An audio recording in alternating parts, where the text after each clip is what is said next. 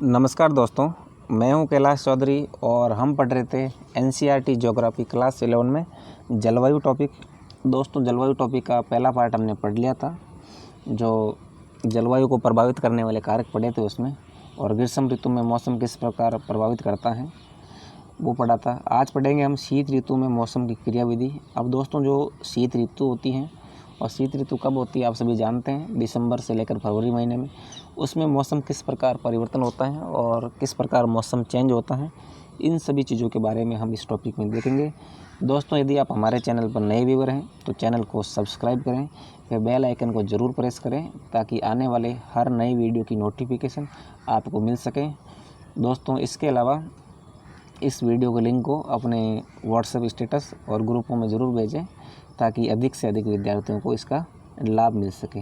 आओ शुरू करते हैं।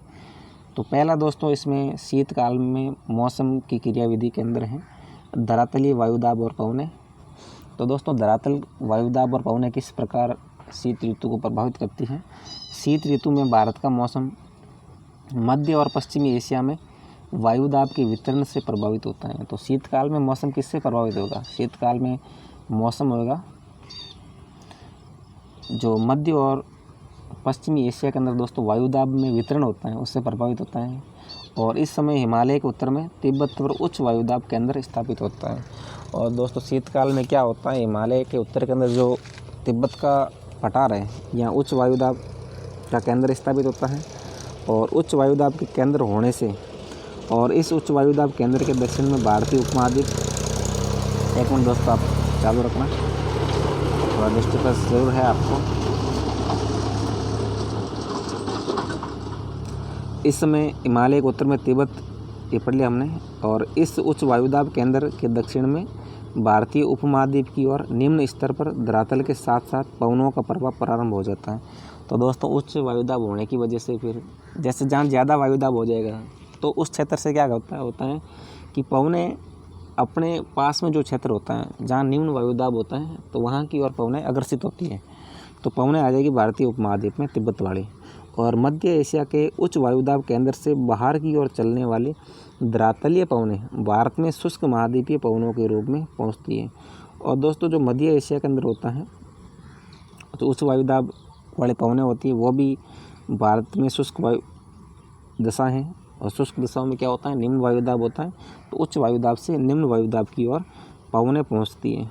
और फिर क्या होता है दोस्तों, और ये महाद्वीपीय पवनें क्या करती हैं, देखते हैं हम। और ये महाद्वीपीय पवनें उत्तरी पश्चिमी भारत में व्यापारिक पवनों के संपर्क में आती है। और दोस्तों, भारत के उत्तरी पश्चिम में व्यापारिक पवनें चलती हैं। व्यापारिक पवनें कहाँ चलती हैं? 0 से लेकर 23 डिग्री तक चलती हैं। लेकिन इस संपर्क क्षेत्र की स्थिति स्थायी नहीं है, क्योंकि दोस्तों इसमें से संपर्क होता है, अलग अलग समय होता है। जो मध्य एशिया से उच्च वायुदाब वाली पवनें और व्यापारिक पवनें हैं भारत वाली, उसमें संपर्क के समय में अंतर होता है। और कई बार तो इसकी स्थिति खिसकर, और दोस्तों कई बार इसकी स्थिति खिसकर पूर्व में मध्य गंगा घाटी है, यहाँ तक चली जाती है, मध्य घाटी के ऊपर तक पहुँच जाती है। मतलब पश्चिमी राजस्थान में मिलने की बजाय गंगा घाटी तक मिलती है कई बार। और परिणाम स्वरूप मध्य गंगा घाटी तक संपूर्ण उत्तरी पश्चिमी और उत्तरी भारत इन शुष्क उत्तरी पश्चिमी पवनों के प्रभाव में आ जाता है। और भारत क्या होता है दोस्तों, जो यहाँ सूखी पवनें होती है तिब्बत के पठार की, इनके प्रभाव में आ जाता है। और दोस्तों, पवनें किस प्रकार चलती है, देखो। तो शीत ऋतु में, अब देखिए जाड़े की ऋतु में, ये आपको बता रहा है कि जो पवनें हैं भारत में जाड़े की ऋतु में जेट पवनें चलती है दोस्तों 9 से लेकर 13 किलोमीटर की ऊंचाई में। आप ये सोचो कि पवनें ज़मीन पे चलेगी, ऐसा नहीं है, ये ऊंचाई में चलती है दोस्तों। जेट पवनें 9 से लेकर 13 किलोमीटर की ऊंचाई पर होती है। और इनका प्रभाव भी अलग अलग क्षेत्र में अलग अलग है। जैसे शीत ऋतु में दोस्तों हिमालय है, तो हिमालय के आसपास तो ये चलेगी। जैसे हिमालय के नीचे वाला क्षेत्र है, ये पश्चिमी राजस्थान के ऊपर से हिमाचल प्रदेश, उत्तराखंड, उत्तर प्रदेश, बिहार, इन क्षेत्रों से 80 नॉट की स्पीड चलती है। ये दोस्तों नॉट क्या होता है कि पवन की गति मापने की एक इकाई होती है, वहाँ चलेगी। और जैसे जैसे नीचे आएगी वो, तो इसकी गति में कमी आएगी। फिर गुजरात वाले क्षेत्र से जाएगी 80 नॉट से। फिर दोस्तों महाराष्ट्र से चलेगी 60 नॉट की स्पीड से। फिर ये कर्नाटक वाले क्षेत्र से 40 नॉट से, फिर केरल कर्नाटक से 20 नॉट की स्पीड से। तो दोस्तों इसकी जो पश्चिमी जेट प्रवाह की गति में भी अक्षांश के हिसाब से अंतर आता है और ये भी जलवायु को प्रभावित करता है। और जेट कहाँ चलती है आपसे पूछ ले तो 9 से लेकर 13 किलोमीटर की ऊंचाई पर चलती है शीत ऋतु के अंदर। अब देखते हैं जेट प्रवाह और ऊपरी वायु परिसंचरण किस प्रकार क्लाइमेट को प्रभावित करेगा। ऊपरी वायु परिसंचरण, क्योंकि ऊपर में जो वायु चलती है जेट प्रवाह के अलावा वो ऊपरी वायु परिसंचरण कहते हैं उन्हें। जिन पवनों का ऊपर वर्णन किया गया है वे धरातल के निकट या वायुमंडल की निचली सतहों में चलती है 9 से 13 किलोमीटर की ऊंचाई में, और निचले वायुमंडल के सौरमंडल पर धरातल से लगभग 3 किलोमीटर ऊपर बिल्कुल भिन्न प्रकार का वायु संचरण होता है। दोस्तों हम धरातल से 3 किलोमीटर ऊपर जाते हैं तो वायु संचरण में क्या होता है, काफ़ी चेंजमेंट होता है। नीचे की वायु और 3 किलोमीटर की ऊपर की वायु में परिवर्तन होता है, इसे कहेंगे हम ऊपरी वायु परिसंचरण। और ऊपरी वायु परिसंचरण के निर्माण में पृथ्वी के धरातल के निकट वायुमंडलीय दाब की भिन्नताओं की कोई भूमिका नहीं होती है। और दोस्तों जो ऊपरी वायु संचरण के निर्माण में जो पृथ्वी के धरातल के नज़दीक भूमंडलीय दाब की भिन्नताएं हैं उसकी कोई भूमिका नहीं होती है। और 9 से 13 किलोमीटर की ऊंचाई पर समस्त मध्य और पश्चिमी एशिया पश्चिम से पूर्व बहने वाली पछुआ पवनों के प्रभाव अधीन होता है। दोस्तों ये जेट पवनें होती हैं, ये किसके प्रभाव में होती हैं? ये दोस्तों जो पछुआ पवनें चलती हैं, पछुआ पवनों के प्रभाव में होता है, जो कहाँ से? पश्चिम से पूर्व की ओर चलती है। और ये पवनें तिब्बत के पठार के समानांतर हिमालय के उत्तर में एशिया महाद्वीप चलती हैं। और ये हिमालय के समांतर चलेगी एशिया महाद्वीप में, तो उसके प्रभाव की वजह से जेट पवनें चलती है और इन्हें जेट प्रवाह कहा जाता है। और तिब्बत उच्च भूमि इन जेट प्रवाहों के मार्ग में अवरोध का काम करती है, क्योंकि दोस्तों तिब्बत का पठार ऊंचा है, इस वजह से जेट प्रवाह में अवरोध उत्पन्न होता है। और फिर जेट प्रवाह 2 भागों में बढ़ जाएगी, एक तिब्बत के पठार के उत्तर में और एक दक्षिण के अंदर, और जिसके परिणाम स्वरूप जेट प्रवाह 2 भागों में बढ़ जाएगी। इसकी एक शाखा तिब्बत के पठार के उत्तर में बहती है, चीन के अंदर बहेगी, और जेट प्रवाह की दक्षिणी शाखा जो हमारे हिमालय के दक्षिण में आ जाएगी, हिमाचल, उत्तर प्रदेश, उत्तराखंड, इन क्षेत्र में से चलेगी। और हिमालय के दक्षिण में पूर्व की ओर बहती है। और इस दक्षिणी शाखा की औसत स्थिति है फरवरी में लगभग 25 डिग्री उत्तरी अक्षांश रेखा के ऊपर होती है। ये कितनी दोस्तों? फरवरी के अंदर कहाँ चलेगी? 25 डिग्री उत्तरी अक्षांश रेखा के ऊपर, यानी करीबन आप मान लो राजस्थान, यूपी, बिहार, पश्चिम बंगाल, इन क्षेत्रों से गुजरती है। और तथा इसका दाब स्तर है 200 से 300 मिलीबार होता है। इसका दबाव कितना होता है? 200 से 300 मिलीबार। और ऐसा माना जाता है कि जेट प्रवाह की यही दक्षिणी शाखा भारत में जाड़े के मौसम पर महत्वपूर्ण प्रभाव डालती है। और ये दोस्तों जेट प्रवाह भी जाड़े के मौसम में बहुत प्रभाव डालते हैं। और जो हमारे पश्चिमी विक्षोभ से वर्षा होती है तो पश्चिमी विक्षोभ को लाने में भी इसका महत्वपूर्ण योगदान है। अगला है ये आगे पश्चिमी चक्रवातीय विक्षोभ और उष्णकटिबंधीय चक्रवात, ये किस प्रकार प्रभावित करता है जलवायु को, शीत ऋतु को। पश्चिमी विक्षोभ जो भारतीय उपमहाद्वीप में जाड़े के मौसम में पश्चिम और उत्तर पश्चिम से प्रवेश करते हैं। ये कहाँ से प्रवेश करेंगे? पश्चिमी और उत्तरी पश्चिमी भारत से प्रवेश करेंगे। राजस्थान, पंजाब, हरियाणा इस क्षेत्रों से प्रवेश करते हैं। भारत में इसका प्रवेश पश्चिमी जेट प्रवाह द्वारा होता है, मैंने आपको ऊपर बताया था। और शीतकाल में रात्रि के तापमान में वृद्धि इन विक्षोभों के आने का पूर्व संकेत माना जाता है। और हमें कैसे पता चलता है कि पश्चिमी विक्षोभ आने वाले हैं? तो रात में दोस्तों टेम्परेचर बढ़ जाएगा, सर्दियों में क्या होगा? रात का तापमान बढ़ जाएगा। इसका मतलब कि अब पश्चिमी विक्षोभ आने वाले हैं, अब वर्षा होने वाली है। और उष्णकटिबंधीय चक्रवात बंगाल की खाड़ी और हिंद महासागर में उत्पन्न होते हैं। आपको सबको पता है कि हमारे उष्णकटिबंधीय चक्रवात मुख्य रूप से बंगाल की खाड़ी में होते हैं। अरब सागर में कम आते हैं उष्णकटिबंधीय चक्रवात, न के बराबर, क्योंकि उष्णकटिबंधीय चक्रवात हमेशा दोस्तों पूर्वी तटों पर ही आते हैं। पश्चिमी तटों पर विश्व के किसी भी पश्चिमी तट पर देख लो आपको नहीं मिलेंगे, क्योंकि हरिकेन है वो भी पूर्वी तट पे हैं, ऑस्ट्रेलिया के अंदर विली विली है वो भी पूर्वी तट पे हैं, टॉर्नेडो हैं वो भी पूर्वी तट पे हैं। सारे उष्णकटिबंधीय चक्रवात जो हमारे पूर्वी तटों पर आते हैं। और इन उष्णकटिबंधीय चक्रवातों से तेज़ गति की हवाएं चलती हैं। इनसे क्या होता है, चक्रवातों से तेज़ गति की हवाएं चलेगी और भारी वर्षा होती है, और वर्षा भी दोस्तों तेज़ होती है। अब हम देखते हैं किस प्रकार ग्रीष्मकालीन मानसूनी पवनें किस तरह चलती हैं। तो ऊपर हमने पढ़ा था दोस्तों ग्रीष्मकाल के बारे में कल वाले टॉपिक पे, इसमें देख लेते हैं हम। तो ग्रीष्मकाल में दोस्तों वर्षा होती है। मेन वर्षा का कारण होता है, देखो जो ये क्षेत्र है वर्षा के लिए सबसे ज़्यादा उत्तरदायी ये क्षेत्र होता है। तो यहाँ क्या होता है दोस्तों, ये भारत है और यहाँ दोस्तों जो उत्तरी पूर्वी व्यापारिक पवनें ऐसे चलती है, देखो यो चलती है, इस तरह चलती है, और ये क्या करती है, कोरियोलिस बल के प्रभाव में आकर फिर इनकी दिशा चेंज हो जाती है, क्योंकि दोस्तों भूमध्य रेखा के आसपास एक कोरियोलिस बल होता है जिसमें इनकी दिशा चेंज हो जाती है। तो फिर डाइवर्ट होके और दक्षिण पश्चिमी दिशा में आ जाती है। और यहाँ दोस्तों इस समय क्या होते हैं, गर्मी में गर्मी पड़ रही होती है, और गर्मी पड़ने से क्या होगा, या निम्न वायुदाब होगा, और यहाँ है नीचे वाले क्षेत्र में उच्च वायुदाब है। तो निम्न वायुदाब वाले क्षेत्र में उच्च वायुदाब से पवनें चलती हैं और दक्षिणी पश्चिमी मानसून से वर्षा होती है। और फिर दोस्तों इस मानसून की दो शाखाएं बन जाती है दक्षिणी पश्चिमी मानसून की, एक अरब सागर शाखा और दूसरी है बंगाल की खाड़ी शाखा। फिर दोस्तों जो बंगाल की खाड़ी शाखा से वर्षा होती है उसकी भी दो शाखाएं बन जाएगी, एक तो नॉर्थ ईस्ट के अंदर जाएगी और दूसरी जो हमारा उत्तर का विशाल मैदान में वर्षा करेगी।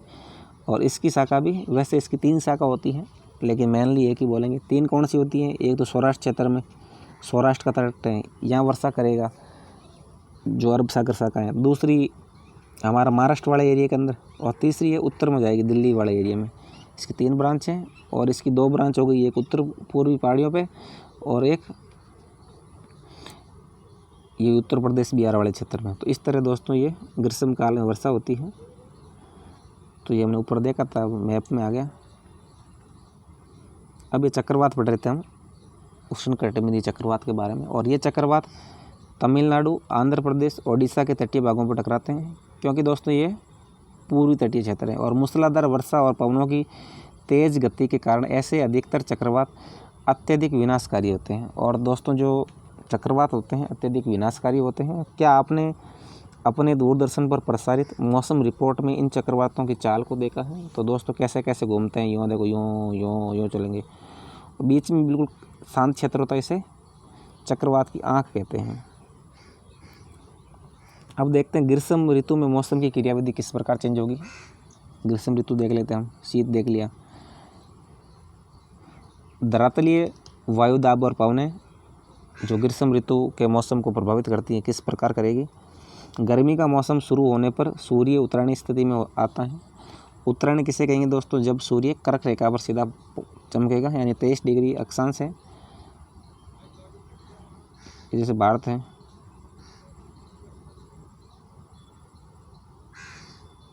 ये दोस्तों करीबन भारत इस तरह बना है। तो दोस्तों सूर्य यहाँ कर्क रेखा पर सीधा चमकता है, और उपमहाद्वीप के निम्न और उच्च दोनों ही स्तरों पर वायु परिसंचरण में उत्क्रमण होता है। और दोस्तों क्या होता है कि उपमहाद्वीप के निम्न क्षेत्र और उच्च दोनों ही स्तरों पर वायु परिसंचरण में चेंजेज होगा।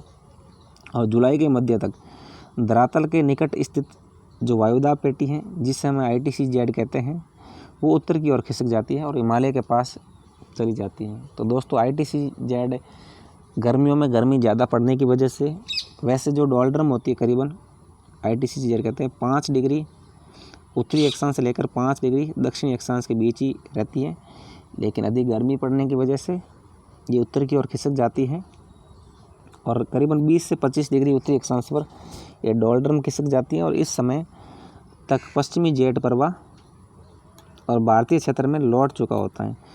और जिस समय ये ITCZ पहुँचता है 20 से 25 डिग्री क्षेत्र में, तो इसी समय जेट प्रवाह भी यहाँ से जेट प्रवाह निकल जाएगी।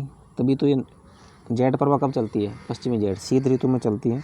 और वास्तव में मौसम विज्ञानियों ने पाया है कि भूमध्य रेखीय द्रोणी, जिससे ITCZ के उत्तर की ओर खिसकने और पश्चिमी जेट प्रवाह के भारत के उत्तरी मैदान से लौटने के बीच अंतर संबंध है। अंतर संबंध कैसे है कि दोस्तों, यदि पश्चिमी जेट प्रवाह लौटेगी तभी ITC जेट उत्तर की ओर खिसकेगा। ये इसमें दोस्तों अंतर संबंध है। और प्राय ऐसा माना जाता है कि इन दोनों के बीच कार्य कारण का संबंध है। और ITC जेट निम्न वायुदाब का क्षेत्र होने के कारण, निम्न वायुदाब का क्षेत्र होता है ITC जेट, क्योंकि भूमध्य रेखा पर तापमान अधिक होता है, और जहाँ तापमान अधिक होता है तो वायु ऊपर की ओर चली जाती है, नीचे वायु बचती नहीं है, और उसे निम्न वायुदाब कहते हैं। अब दोस्तों, ग्रीष्म ऋतु में किस प्रकार जो हमारी पूर्वी जेट चलती है। ग्रीष्म ऋतु में भारत पर 13 किलोमीटर से ज़्यादा ऊंचाई पर पवनों की दिशा है। दोस्तों, ग्रीष्म ऋतु में पवनें इस साइड चलती है, पश्चिम में। शीत ऋतु में तो पवनें यूँ चलेगी पश्चिम से पूर्व की ओर, पश्चिम से पूर्व की ओर, और उस समय गति भी ज़्यादा होती जेट की। ऊपर हमने देखा था 80 नॉट था, फिर 60 नॉट, फिर 40 नॉट, फिर 20 नॉट, ऐसे था। और यहाँ गति कम है पूर्व जेट में। ये दक्षिण वाला क्षेत्र तमिलनाडु में, यहाँ दोस्तों 6 नॉट, जो पूर्वी जेट होती है इसकी गति कितनी होती है, 6 नॉट होती है। और ये चलता है करीबन हमारे तमिलनाडु वाले तट से, और उड़ीसा वाले तमिलनाडु वाले तट से शुरू होकर महाराष्ट्र और कर्नाटक, गोवा का तट है, इस साइड चलता है ये। और ऊपर इसकी स्पीड और कम हो जाएगी, 4 नॉट, फिर ऊपर जाएंगे फिर 2 नॉट और कम पड़ जाएगी। इस वजह से इस प्रकार दोस्तों ये भारत में पूर्वी जेट प्रवाह चलता है। अब हम देखते हैं अगला हमारा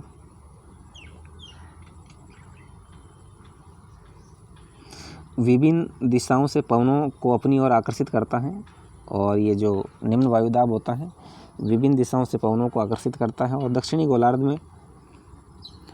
दक्षिणी गोलार्ध से उष्णकटिबंधीय सामुद्रिक वायु संयंत्र, जिसे MT कहते हैं, विस्तृत वृत्त को पात करके सामान्य दक्षिणी पश्चिमी दिशा में इसी कम दाब वाली पेटी की ओर अग्रसित होता है। और कम दाब वाली पेटी से जो उष्णकटिबंधीय वायु संयंत्र जिसे MT है वो आ जाती है। और यही आर्द्र वायु द्वारा दक्षिणी पश्चिमी मानसून कराती है। ये व्यापारी पवन है दोस्तों, उत्तरी पूर्वी व्यापारी पवन है, इसे हम कहेंगे दक्षिणी पश्चिमी मानसून कहेंगे।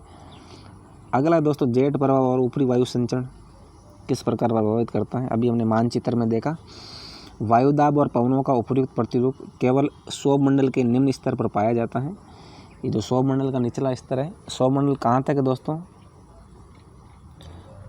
8 से लेकर 13 किलोमीटर करीबन।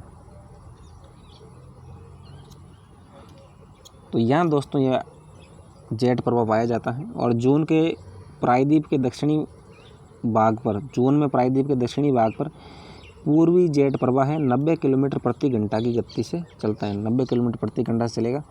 जो हमने देखा था, लिखा था 6 नॉट, तो दोस्तों 6 नॉट में कितने हैं, 90 किलोमीटर प्रति घंटा होगा। तो दोस्तों नॉट और प्रति घंटा, इनमें दोस्तों फ़र्क होता है स्पीड के अंदर। और यही जेट प्रवाह अगस्त में 15 डिग्री उत्तरी अक्षांश पर, और फिर जैसे जैसे दोस्तों टाइम जाता है, जून के अंदर चल रहा है ये नीचे जा रहा है, फिर अगस्त के अंदर ऊपर चला जाएगा 15 डिग्री उत्तरी अक्षांश पर, और सितंबर में 22 डिग्री उत्तरी अक्षांश पर स्थित हो जाता है। और जैसे जैसे महीने चेंज होते हैं उसी प्रकार जेट प्रवाह उत्तर की ओर खिसकता जाता है। और ऊपरी वायुमंडल में पूर्वी जेट प्रवाह सामान्य 30 डिग्री उत्तरी अक्षांश से परे नहीं जाता। और दोस्तों 30 डिग्री उत्तरी अक्षांश पे क्या आ गया, हिमालय आ गया, और हिमालय से ऊपर तो जाएगा नहीं।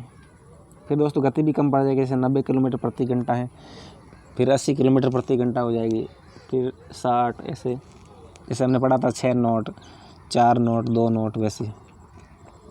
ये मानसून का आगमन, जब दोस्तों मानसून आता है तो इस तरह कंडीशन उत्पन्न होती है। ये पेड़ पौधे हैं, बहुत सारे बादल दिख रहे हैं आपको पानी वाले, तो आप जानते हैं दोस्तों मानसून तो आप सबने देखा ही होगा। अब हम देखते हैं पूर्वी जेट प्रवाह और उष्णकटिबंधीय चक्रवात किस तरह जलवायु को प्रभावित करते हैं।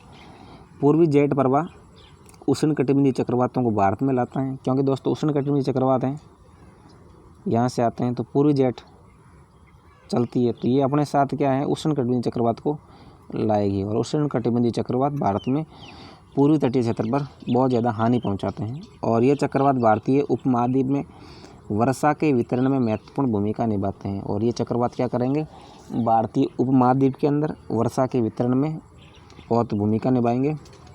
और इन चक्रवातों के मार्ग में भारत में सर्वाधिक वर्षा वाले भाग हैं, क्योंकि दोस्तों चक्रवाती गति तेज़ होती है और फिर पवनें आर्द्रता से भरी हुई आती है, क्योंकि सारे समुद्रों से पवनें आती हैं और वर्षा ज़्यादा होती है और चक्रवात से हानि भी बहुत ज़्यादा होती है। और इन चक्रवातों की बारंबारता, दिशा, गहनता और प्रवाह एक लंबे दौर में भारत की ग्रीष्मकालीन मानसूनी वर्षा के प्रतिरूप निर्धारण पर पड़ता है। अगला है दोस्तों, अब हम पढ़ते हैं ITCZ के बारे में पढ़ते हैं। काफ़ी कुछ पढ़ लिया और देख लेते हैं। उष्णकटिबंधीय अभिसरण क्षेत्र, जो मुख्य रूप से दोस्तों ये इसकी जो मेन जगह है 5 डिग्री उत्तरी अक्षांश से 5 डिग्री दक्षिणी अक्षांश तक है। लेकिन गर्मियों में क्या होता है दोस्तों, ITCZ 20 से 25 डिग्री उत्तरी अक्षांश तक खिसक जाता है। इसके बारे में देखते हैं। विषुवत वर्त पर स्थित अंतः उष्णकटिबंधीय अभिसरण क्षेत्र एक निम्न वायुदाब वाला क्षेत्र है। निम्न वायुदाब क्यों है? क्योंकि दोस्तों सूर्य की किरणें सीधी पड़ती हैं और इस वजह से निम्न वायुदाब है, गर्मी ज़्यादा पड़ने की वजह से। और इस क्षेत्र में व्यापारिक पवनें मिलती हैं। व्यापारिक पवनें दोस्तों आपस में ITCZ वाले क्षेत्र में मिलेगी और अतः इस क्षेत्र में वायु ऊपर उड़ जाती है, वायु ऊपर चली जाएगी और जुलाई के महीने में ITCZ 20 डिग्री से 25 डिग्री उत्तरी अक्षांशों के पास गंगा के मैदान में स्थित हो जाता है। क्योंकि दोस्तों जो पवनें होती हैं जो ऊपर उड़ जाएगी व्यापारिक पवनों के मिलने से, और फिर ITCZ चला जाएगा उत्तर की ओर चला जाएगा। और इसे कभी कभी मानसून गर्त भी कहते हैं। इसे क्या कहते हैं? मानसून गर्त कहते हैं। क्योंकि दोस्तों ITCZ में क्या होता है कि मतलब मानसून को आने से रोकता है ITCZ, और ये मानसूनी गर्त उत्तर और उत्तरी पश्चिमी भारत पर तापीय निम्न वायुदाब के विकास को प्रोत्साहित करता है। मानसूनी गर्त क्या करेगा? ये उत्तरी भारत है और उत्तरी पश्चिमी भारत है, यहाँ तापीय निम्न वायुदाब के विकास को प्रोत्साहित करेगा। ताप का निम्न वायुदाब बन जाएगा, क्योंकि दोस्तों ITCZ पहले दक्षिण में निम्न वायुदाब करता है, फिर उत्तरी भारत के ओर, और फिर निम्न वायुदाब होने से फिर जो दोस्तों जो दक्षिणी पश्चिमी मानसून है फिर आता है। क्योंकि जब हवा नहीं होती दोस्तों तो पास वाले क्षेत्रों में जितनी भी हवाएं होती हैं वो अपनी ओर आकर्षित होती हैं। ITCZ के उत्तर की ओर खिसकने के कारण दक्षिणी गोलार्ध की व्यापारिक पवनें 40 डिग्री से 60 डिग्री पूर्वी देशांतरों के बीच विषुवत वर्त को पार कर जाती हैं। उत्तर की ओर खिसकेगा और जो व्यापारिक पवनें हैं जिन्हें हम कहेंगे दक्षिणी पूर्वी व्यापारिक पवनें, वो क्या करेगी 40 डिग्री से 60 डिग्री पूर्वी देशांतरों के बीच विषुवत वर्त को पार कर जाएगी। फिर या कोरियोलिस बल का प्रभाव पड़ेगा और विषुवत वर्त को पार करने वाली इन व्यापारिक पवनों की दिशा दक्षिणी पश्चिम से उत्तर पूर्व की ओर खिसक जाती है। ठीक है, ये दोस्तों ये हाँ सही कह रहे हैं, दक्षिणी पश्चिम से फिर उत्तर पूर्व की ओर। क्योंकि दोस्तों जो मानसून जाएगा नीचे से जाएगा और उत्तर पूर्व तो जाएगा जो हमारा मेघालय आसाम वाले क्षेत्र में, और यही दक्षिणी पश्चिमी मानसून है। और शीत ऋतु में ITCZ दक्षिण की ओर खिसक जाता है। शीत ऋतु में क्या ITCZ फिर दक्षिण की ओर खिसक जाएगा। पहले तो 0 से 5 डिग्री तक रहेगा और उसके बाद नीचे जो दक्षिणी गोलार्ध है वहाँ तक चला जाएगा। और इसी के अनुसार पवनों की दिशा दक्षिणी पश्चिम से बदलकर उत्तर पूर्व की ओर हो जाती है और ये उत्तरी पूर्वी मानसून है। क्योंकि ITCZ जब दक्षिण में चला जाएगा फिर पवनों की दिशा बदलेगी और फिर वो दिशा बदल के उत्तर पूर्व की दिशा बदल हो जाएगी और फिर उत्तरी पूर्वी मानसून जिसे लौटता हुआ मानसून कहते हैं। और लौटता हुआ मानसून से बहुत कम वर्षा होती है, तमिलनाडु वाले तटीय क्षेत्र में वर्षा होती है, और ये भी दोस्तों ITCZ की वजह से होती है। अब दोस्तों भारतीय मानसून की प्रकृति देखते हैं कि भारतीय मानसून किस प्रकार का मानसून है। तो दोस्तों आप जानते हैं भारतीय मानसून जैसे आसाम मेघालय वाले क्षेत्र में अधिक वर्षा हो रही है, राजस्थान में बहुत कम हो रही है, तमिलनाडु में भी नहीं हो रही है, विदर्भ में सूखा पड़ रहा है। तो दोस्तों मौसम में काफ़ी जगह जगह का फ़र्क है। मानसून एक सुपरिचित जलवायु घटक है, परंतु उसके बारे में बहुत कम जानकारी उपलब्ध है। सदियों से होते आ रहे परीक्षणों के बावजूद मानसून आज भी वैज्ञानिकों के लिए पहेली बना हुआ है। और मानसून की सही प्रकृति और उसके कारणों को जानने के अनेक प्रयास किए गए, किंतु अब तक कोई भी एक सिद्धांत इसे पूरी तरह से स्पष्ट नहीं कर पाया। पिछले कुछ दिनों में इसका तोड़ तब सामने आया जब मानसून का अध्ययन क्षेत्रीय स्तर की बजाय भूमंडलीय स्तर पर किया गया। क्योंकि दोस्तों क्षेत्रीय स्तर पर करेंगे तो क्या हम बहुत कम प्रभाव जान पाएंगे। जब हम वैश्विक स्तर पर जानेंगे तभी दोस्तों हम मौसम के बारे में जान पाएंगे, क्योंकि दोस्तों ये काफ़ी लंबे चौड़े क्षेत्र के अंदर जो भूमंडलीय क्षेत्र होता है वहाँ तक मानसून फैला होता है। कैसे देखो, जो हमारी जेट पवनें कहाँ से आ रही है, पश्चिमी विक्षोभ कहाँ से आ रहा है, जो व्यापारी पवनें कितनी दूर से आ रही है, ये सारे देखो मानसून लाती है। तो केवल भारत का अध्ययन करेंगे उससे तो मानसून को जानना संभव नहीं है, इसलिए भूमंडलीय स्तर पर जानना जरूरी है। और दक्षिणी एशियाई क्षेत्रों में वर्षा के कारणों का व्यवस्थित अध्ययन मानसून के कारणों को समझने में सहायता करता है, और इसके कुछ विशेष पक्ष इस प्रकार है। अब क्या क्या है दोस्तों, मानसून का आरंभ और उसका स्थल की ओर बढ़ना। जैसे मानसून शुरू होता है स्थल की ओर बढ़ता है, और वर्षा लाने वाले तंत्र होते हैं। वर्षा कौन लाता है? जैसे उष्णकटिबंधीय चक्रवात वर्षा लाते हैं, और जो पूर्वी तट है यहाँ बहुत ज़्यादा वर्षा होती है। और मानसूनी वर्षा की आवृत्ति और वितरण के बीच संबंध, मानसून विच्छेद होता है, ये भी दोस्तों ये मानसून को प्रभावित करता है, क्योंकि बीच बीच में वर्षा रुक जाती है कुछ टाइम के लिए, उसे मानसून में विच्छेद कहते हैं। एल नीनो और भारतीय मानसून, एल नीनो भी दोस्तों भारतीय मानसून को बहुत ज़्यादा प्रभावित करता है। इसके बारे में हम पढ़ते हैं किस तरह करेगा। एल नीनो और भारतीय मानसून। एल नीनो एक जटिल मौसम तंत्र है जो हर 5 या 10 साल बाद प्रकट होता है। एल नीनो दोस्तों कब होता है? हर 5 से लेकर 10 साल बाद प्रकट होता है, और इसके कारण संसार के विभिन्न भागों में सूखा होता है, बाढ़ और मौसम की चरम अवस्थाएं आती है। और दोस्तों ये भारत के मानसून को ही नहीं, संसार के अलग अलग भागों को प्रभावित करता है। तो वैसे दोस्तों ये भारत के लिए बहुत नुकसानदायक है। जब भी एल नीनो आएगा भारत के अंदर सूखा पड़ेगा, और कुछ क्षेत्र हैं तो बाढ़ भी आती है। और इस तंत्र में महासागरीय और वायुमंडलीय परिघटनाएं शामिल होती हैं, और पूर्वी प्रशांत महासागर में आता है एल नीनो। ये पेरू के तट के निकट, पेरू कहाँ है दोस्तों? जो दक्षिणी अमेरिका महाद्वीप है वहाँ पर पेरू है, के निकट उष्ण समुद्री धारा के रूप में प्रकट होता है। तो यहाँ दोस्तों पहले ठंडी समुद्री जलधारा चलती है। जब 5 से 10 साल के बीच एल नीनो आता है तो ठंडी जल धारा है वो गर्म जल धारा में कन्वर्ट हो जाती है, और इससे भारत सहित अनेक स्थानों के मौसम को प्रभावित होती है। और एल नीनो भूमध्य रेखीय उष्ण समुद्री धारा का विस्तार मात्र है। और वैसे एल नीनो को दोस्तों जो भूमध्य रेखीय उष्ण समुद्री धारा है उसका विस्तार मात्र मानते हैं, जो अस्थायी रूप से ठंडी पेरुवियन अथवा हम्बोल्ट धारा है। जी दोस्तों पेरुवियन और हम्बोल्ट धारा ठंडी है। अपनी एटलस में इन धाराओं की स्थिति ज्ञात कीजिए। ये दोस्तों हम देखेंगे आगे, पर प्रतिस्थापित हो जाती है। यानी जो हम्बोल्ट की धारा है, पेरू की धारा है, इस जगह ये अस्थायी रूप से प्रत्येक 5 से 10 साल के अंतर में एल नीनो आ जाता है। और दोस्तों जब जल धारा चेंज हो जाती है, गर्म से ठंडी हो जाती है, तो किस तरह वो जलवायु को प्रभावित करता है ये आप सभी जानते हैं। और ये धारा पेरू तट के जल का तापमान 10 डिग्री सेंटीग्रेड तक बढ़ा देगी, क्योंकि पेरू एक ठंडी जल धारा है तो यहाँ तापमान 10 डिग्री तक बढ़ जाएगा। और इसके निम्नलिखित परिणाम होते हैं। क्या क्या परिणाम होंगे एल नीनो के? भूमध्य रेखीय वायुमंडल जो परिसंचरण है इसमें विकृति पैदा हो जाएगी।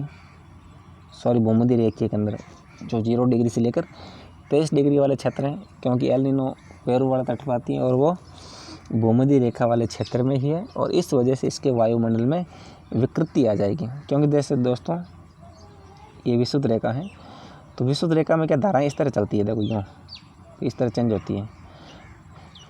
जब इस साइड ये ठंडी जल धारा गर्म धारा में कन्वर्ट हो जाएगी तो पूरे क्षेत्र को प्रभावित करेगी, और समुद्री जल के वाष्परण में अनियमितता आ जाएगी। समुद्री जल के भाप बनने में अनियमितता पैदा होगी, और पलवक की मात्रा में कमी, जिससे समुद्र में मछलियों की संख्या घट जाना। और दोस्तों पलवक होता है, पलवक किसे कहते हैं? जब गर्म और ठंडी जल धारा मिलती है तो वहाँ पलवक पैदा होते हैं, वहाँ बहुत अच्छा जल होता है, मछलियों के लिए फ़ायदेमंद होता है। और पलवक की मात्रा में कमी आ जाएगी, क्योंकि जो हम्बोल्ट की धारा दोस्तों वहाँ ये गर्म जल धारा उससे मिलती है, तो मिल नहीं पाएगी, क्योंकि वो गर्म मिली खुद गर्म होगी। और एल नीनो का शाब्दिक अर्थ है बालक ईसा। एल नीनो को हम कहते हैं बालक ईसा, और क्योंकि ये धारा दिसंबर के महीने में क्रिसमस के आसपास नज़र आती हैं, इसे बालक ईसा क्यों कहते हैं? तो क्रिसमस दोस्तों 25 दिसंबर को मनाते हैं। 25 दिसंबर, ये करीबन 25 दिसंबर के आसपास दिखाई देती है। इस वजह से इसको बालक ईसा कहते हैं। और पेरू दक्षिणी गोलार्ध में दिसंबर गर्मी का महीना है, और ये दोस्तों दक्षिणी गोलार्ध की वजह से दिसंबर का महीना गर्मी का है, और इस समय ये एल नीनो आती है। और भारत में मानसून की लंबी अवधि के पूर्वानुमान के लिए एल नीनो का उपयोग होता है, और सन 1990 से 1991 में एल नीनो का प्रचंड रूप देखने को मिला। ये आज से 30 साल पहले बहुत प्रचंड रूप में एल नीनो आई थी, और इसके कारण देश के अधिकतर भागों में मानसून के आगमन में 5 से 12 दिनों में देरी होगी। जब भी एल नीनो आएगा मानसून कमज़ोर पड़ेगा और लेट आएगा, ये भी आपको ध्यान रखना है। अब दोस्त हम देखते हैं भारत में जो दक्षिणी पश्चिमी मानसून के आगमन की तिथियां कितने तारीख को आता है। वैसे दोस्तों सामान्य रूप से जो मानसून आता है 1 जून को आ जाता है हमारे यहाँ।